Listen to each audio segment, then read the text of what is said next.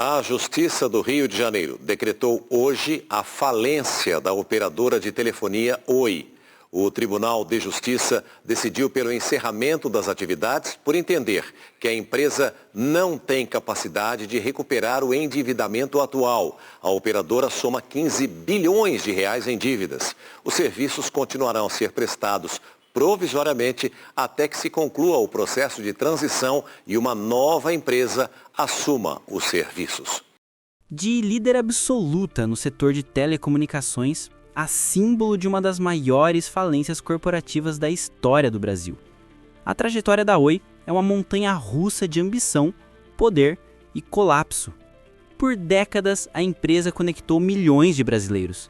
Porém, por trás da marca que parecia inabalável, crescia um abismo financeiro que anos depois se tornaria impossível de esconder. Uma gigante avaliada em mais de 21 bilhões de reais acabou mergulhada em dívidas, enfrentando 2 recuperações judiciais e agora sua falência decretada pela Justiça. Nos últimos dias, a 7ª Vara Empresarial do Tribunal de Justiça do Rio de Janeiro decretou oficialmente a falência do Grupo Oi. Uma decisão que encerra uma das mais longas e conturbadas tentativas de recuperação judicial do país. Com 1,7 bilhão de reais em dívidas, 36 mil investidores em risco de perda total e falhas na gestão corporativa. A empresa, que já foi sinônimo de conexão, agora luta para manter de pé os serviços essenciais. Mas afinal, o que levou a Oi à ruína? Como uma das maiores operadoras do Brasil chegou a depender das suas próprias concorrentes para sobreviver? Nesse vídeo, nós vamos tentar te contar a verdadeira história por trás da falência da Oi. A trajetória da Oi foi marcada por altos e baixos, crises financeiras e muitas reviravoltas. Entre recuperações judiciais e a venda de partes da empresa para concorrentes, a história da Oi é uma verdadeira montanha-russa corporativa. Tudo tem início no ano de 1972, com a criação da Telebrás, uma estatal criada para cuidar de toda a telefonia do Brasil. O problema é que, com os passados anos, a Telebrás não conseguiu acompanhar as necessidades da população. A cobertura era limitada e a qualidade dos serviços deixava muito a desejar, especialmente em regiões mais afastadas. Foi somente em 1998 que as coisas começaram a mudar de verdade. O governo da época decidiu privatizar a Telebrás num processo cheio de polêmicas e complexidades. A estatal foi dividida em 12 partes regionais, que foram leiloadas para diferentes consórcios e empresas. Essa privatização foi um marco histórico, movimentando cerca de 22 bilhões de reais. Dessa divisão, nasceram as chamadas teles, como a Telenorte-Leste, a Telesudeste e a Telecentro-Sul. A Telenorte-Leste, em especial, operava com 16 empresas de telefonia fixa. Para assumir esse enorme conglomerado, a holding responsável investiu 680 milhões de reais e financiou mais de 1,5 bilhão de reais.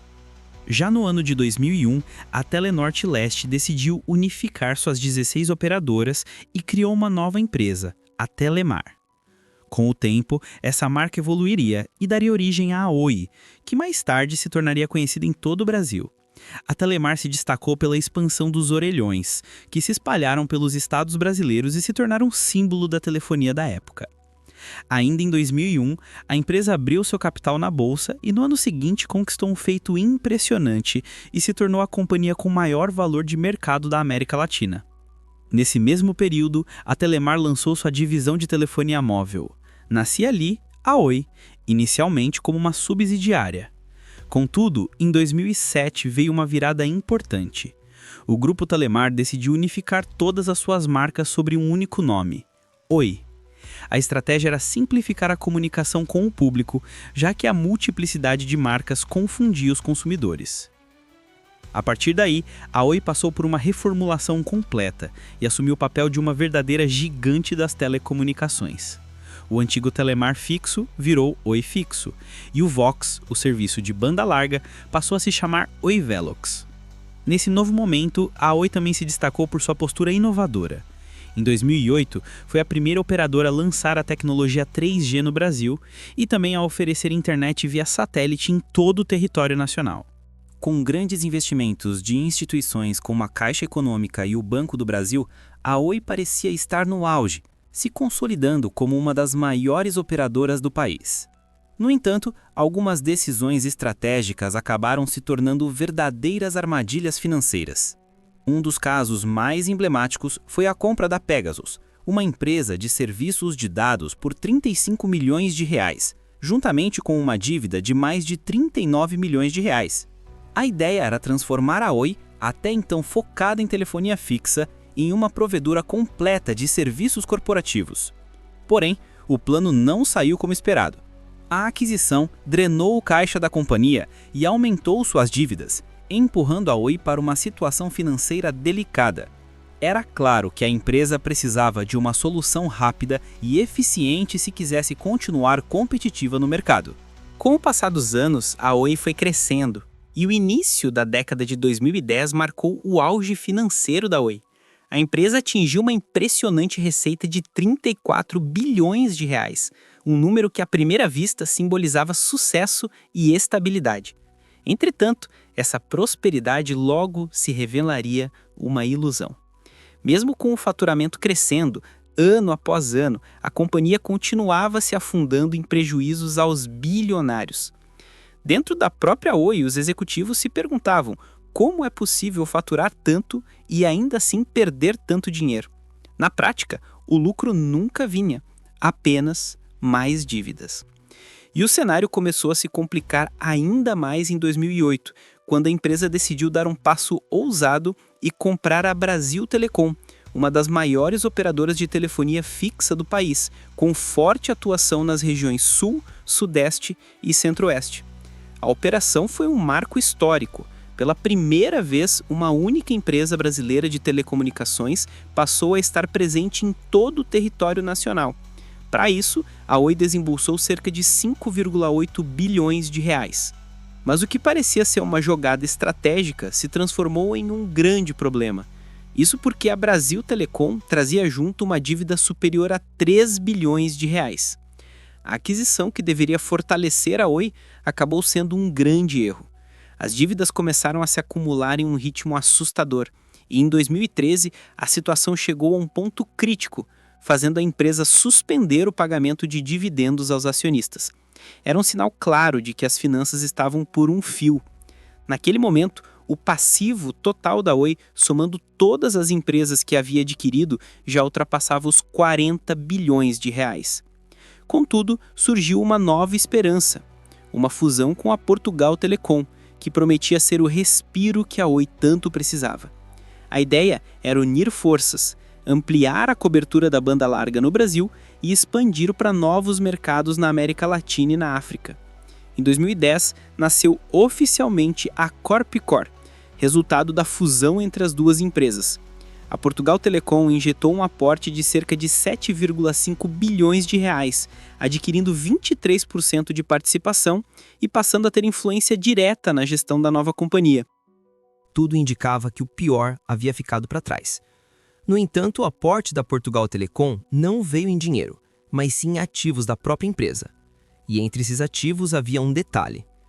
Cerca de 3 bilhões de reais estavam aplicados em títulos de dívida da Rio Forte, uma subsidiária de um dos maiores bancos de Portugal.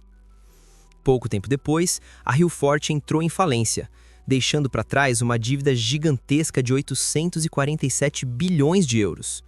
Com isso, a Oi acabou absorvendo o prejuízo e vendo suas dívidas dispararem ainda mais. A fusão já estava consumada e não havia como voltar atrás. Só restava reaver a participação da Portugal Telecom no negócio, mas o estrago já era irreversível. Entre os anos de 2010 e 2014, o faturamento da Oi até cresceu de forma expressiva, porém os prejuízos cresceram junto. Para piorar, vieram as multas milionárias da Anatel, que drenavam o pouco que ainda restava do caixa da Oi. O cenário financeiro se tornava cada vez mais desesperador. Em 2015, numa tentativa de reorganizar as finanças, a Oi vendeu a operação da Portugal Telecom para o Grupo Altice por 7,4 bilhões de euros. Mesmo assim, o alívio foi passageiro. No fim daquele ano, a empresa acumulava um prejuízo de 6,3 bilhões de reais e uma dívida total de cerca de 55 bilhões, mesmo com uma receita próxima de 34 bilhões de reais. Era o início do fim. A Oi, que um dia havia sido símbolo de expansão e inovação, agora se encontrava à beira do colapso, sufocada por dívidas e sem forças para reagir. O ano de 2015 foi um divisor de águas, não por bons motivos. A Oi enfrentava uma das piores crises financeiras de sua história. Uma turbulência tão intensa que colocava em dúvida até mesmo sua sobrevivência. No primeiro semestre daquele ano, a empresa registrou um prejuízo de 1,4 bilhão de reais, o que derrubou suas ações e abalou completamente a confiança do mercado. Aquela trajetória de sucesso, construída com base no domínio da telefonia fixa, começava a desmoronar diante de uma nova realidade, a era dos celulares. Durante anos, o setor de telefonia fixa havia sido o coração da Oi e sua principal fonte de receita. Mas com o avanço acelerado da telefonia móvel e o crescimento do uso de smartphones, a demanda por linhas fixas despencou. Essa mudança de comportamento do consumidor afetou diretamente o faturamento da empresa, que já havia sido prejudicada por uma gestão ineficiente e cheia de falhas estratégicas. O resultado foi um cenário dramático, com dívidas acumuladas prestes a vencer. E o caixa da Oi simplesmente não tinha fôlego para honrar os compromissos com os credores. Em 2016, sem alternativas, a Oi entrou em sua primeira recuperação judicial. E não foi uma qualquer. Se tratava de uma das maiores recuperações judiciais da história do Brasil, com uma dívida que ultrapassava 65 bilhões de reais. Durante esse período, a Oi tentou de tudo para se manter de pé. Reformulou sua identidade visual, cortou custos e promoveu demissões em massa. Mesmo assim, as negociações com os credores eram difíceis e arrastadas. O maior deles era o The Bank of New York Mellon, com uma dívida de aproximadamente 10 bilhões de reais. A lista ainda incluía gigantes como o Banco do Brasil, Caixa Econômica Federal e BNDES. Parecia não haver saída, até que finalmente, em dezembro de 2017, após longas negociações, o plano de recuperação judicial da Oi foi aprovado. O acordo estabeleceu um prazo de 20 anos para o pagamento das dívidas, dando à Oi um alívio temporário. A estratégia a partir dali era vender tudo que não fosse essencial. A Oi começou a se desfazer de ativos, participações e até das suas torres de telecomunicações. Ela também vendeu sua base de clientes de TV para a Sky, tentando gerar caixa para abater dívidas e direcionar investimentos para áreas mais promissoras, como a fibra ótica e o 4G. Entretanto, havia um último grande movimento a ser feito, o leilão da Oi Móvel. Essa divisão da empresa era uma das joias mais valiosas do grupo, mas também uma das mais complicadas de vender. No ano de 2018, a Oi conseguiu reduzir sua dívida para 10 bilhões de reais, um avanço significativo. E em 2019, o tão aguardado leilão finalmente aconteceu. A TIM, a Claro e a Vivo se uniram e arremataram a Oi Móvel por 16 bilhões e meio de reais. Só que a venda estava longe de ser simples. O CAD, Conselho Administrativo de Defesa Econômica, iniciou uma investigação rigorosa para avaliar possíveis riscos à concorrência. Já a Anatel chegou a cogitar o cancelamento da operação. Foram 2 anos de burocracia, debates, incertezas, até que em 2022 a venda foi oficialmente aprovada por 15,9 bilhões de reais. Com isso, a Oi finalmente conseguiu respirar um pouco. Parte da dívida foi quitada, encerrando um processo de recuperação judicial que durou 6 anos. Além disso, a empresa conseguiu aumentar seu capital social em 4 bilhões de reais, cumprindo uma das metas do seu plano de reestruturação. Tudo indicava que a Oi estava voltando aos trilhos, porém, a calmaria durou pouco. Meses depois, novos desafios surgiram, e ficou claro que mesmo após anos de reestruturação e sacrifícios, o futuro da Oi ainda estava longe de ser estável. Depois de encerrar sua primeira recuperação judicial em 2022, a Oi parecia finalmente ter encontrado um caminho. Mas essa sensação de alívio durou pouco. Apenas 3 meses depois, em março de 2023, a empresa fez um novo pedido de recuperação judicial, alegando dificuldades financeiras ainda mais graves e a incapacidade de arcar com suas dívidas bilionárias. Mesmo após anos de reestruturação, a Oi ainda carregava uma dívida colossal de 43 bilhões de reais. A situação era crítica. As contas não fechavam, o caixa estava no limite e o risco de colapso total era real. Para tentar evitar a falência, a empresa entrou com um pedido de proteção contra credores, um movimento de desespero para ganhar tempo e tentar reorganizar as finanças. Mesmo com a decisão favorável, o futuro da Oi parecia cada vez mais incerto. As dívidas permaneciam gigantescas, com vendas constantes de ativos, como torres, data centers e até parte da operação de fibra ótica. Diante dessa nova fase, a Oi anunciou uma mudança de estratégia. O foco passaria a ser a fibra ótica e os serviços digitais. Para reduzir dívidas, a companhia começou a vender ainda mais ativos. A empresa também começou a concentrar esforços na Oi Soluções, uma divisão voltada para serviços corporativos de TI e conectividade, buscando atender empresas e órgãos públicos em vez de consumidores individuais. Além disso, garantiu que manteria sua operação de telefonia fixa até 2028, principalmente em áreas onde outros operadores não atuavam. Em meio a tudo isso, a Oi anunciou investimentos de 5,8 bilhões de reais, incluindo a instalação de redes Wi-Fi em 4.000 escolas públicas, tentando reforçar sua imagem como provedora de infraestrutura digital e educação conectada. Mas, infelizmente, todo esse esforço não foi suficiente. No dia 10 de novembro de 2025, a juíza da 7ª Vara Empresarial do Tribunal de Justiça do Rio de Janeiro decretou a falência do Grupo Oi. A decisão marcou o fim de uma das maiores e mais longas tentativas de recuperação judicial na história do Brasil. A decisão judicial também determinou a suspensão de todas as ações e execuções contra a Oi, além da proibição de vender ou transferir qualquer bem do grupo sem autorização judicial. A partir de agora, a empresa entra em um processo formal de liquidação sob supervisão de um administrador judicial, que passa a gerir os ativos e passivos da companhia. A Oi encerrou o primeiro semestre de 2025 com uma dívida líquida de 10 bilhões de reais e apenas 1 bilhão de reais em caixa, um retrato claro de que a empresa já estava insolvente. Segundo a sentença, a Oi passou os últimos anos dependendo da venda de ativos para manter o caixa funcionando, em vez de gerar receita por meio da sua atividade principal. Em outras palavras, a companhia sobreviveu vendendo pedaços de si mesma até não restar mais nada a vender. Logo após o anúncio da falência, as ações da Oi despencaram 35%, atingindo 18 centavos por ação ordinária, enquanto as preferenciais caíram 47,8%, chegando a R$ 2,43. Com a falência decretada, a Justiça inicia agora o processo de liquidação. As dívidas são listadas, os bens são avaliados e vendidos, e os credores recebem conforme a ordem de prioridade da Lei de Falências. Os acionistas e investidores, por sua vez, ficam no fim da fila, existindo grande chance de perda total do investimento. Ainda assim, a Justiça determinou que a Oi mantenha seus serviços essenciais durante a transição, como telefonia fixa, rede de emergência, interconexão entre operadoras e sistemas de telecomunicação usados por órgãos públicos e empresas privadas.